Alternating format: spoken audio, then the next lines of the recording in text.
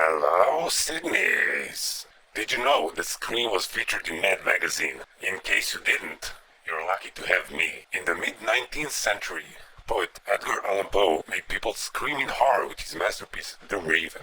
150 years later, Mad magazine got much the same result when we published our poem about Scream filmmaker, Wes Craven. Once upon a dreary horror flicks did not seem wary. Elm Street, Halloween, and Friday the 13th scared fans galore. Michael Jason and Dead Freddy made fans' stomach feel unsteady. But no one was really ready for schlock sequels by the score. Which director was most guilty of these schlock clones by the score? 'Twas Wes Craven, king of gore. Totally legendary, actually. And we have these totally badass caricatures everywhere. Wes, Casey, and Chucky. Nice. Soon, this genre was outdated. Fans no longer were elated by the bloodbaths that these movies seems to churn out more and more. But one day, an unknown writer wrote a chiller that seemed brighter. Craven held this newest fighter which made fun of flicks of yore.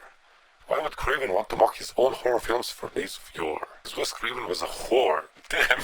Another totally badass character with Wes as Ghostface. Would his Scream become a winner, forcing fans to lose their dinner? Seems doubtful since its only star was young Dewey Barrymore.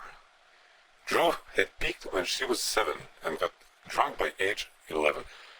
Maybe R.J. Torbert wrote these lines. So how in the name of heaven would this film get off the floor? Very soon it mattered not when Drew got splattered on the floor. On her, Craven slammed the door. Legendary.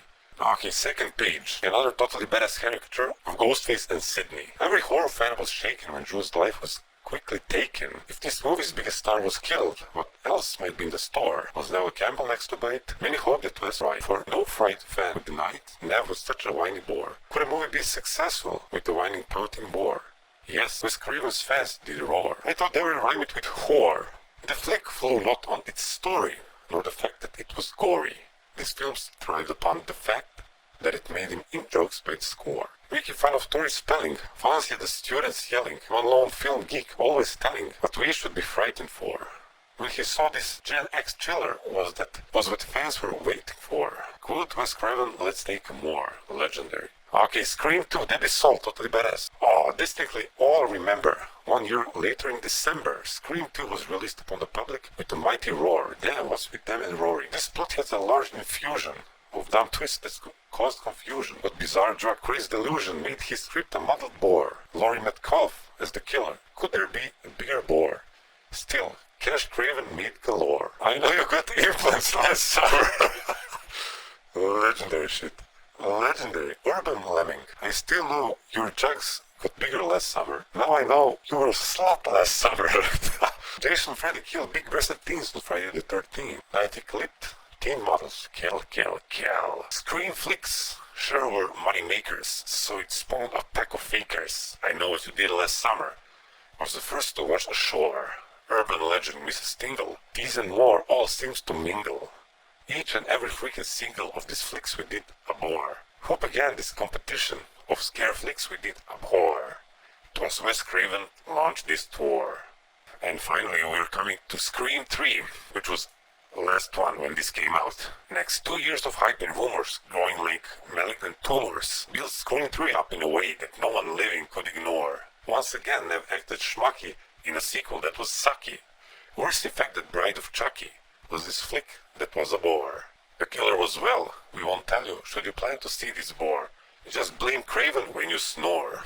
Now this is actually more parody on Wes Craven than on Scream. Now Wes Craven's screams are staying, always playing, in the VCRs and theaters, frequently by Tears Galore. And they say the 3 is the last one, but we think they'll play a fast one. Well, they were actually right. We'll bet they've begun to cast one, for there's money in this gore. Yes, we're sure we'll see another pointless film with pointless gore when Wes Craven makes Scream 4. And what can we say now? And here we can see him as old man directing Scream 4. How sad. What do you think, ladies and gentlemen, about this totally badass parody? Let me know in the comments below. As always, you can support the channel by becoming a member and getting some benefits, or by buying my sexy ass shirt.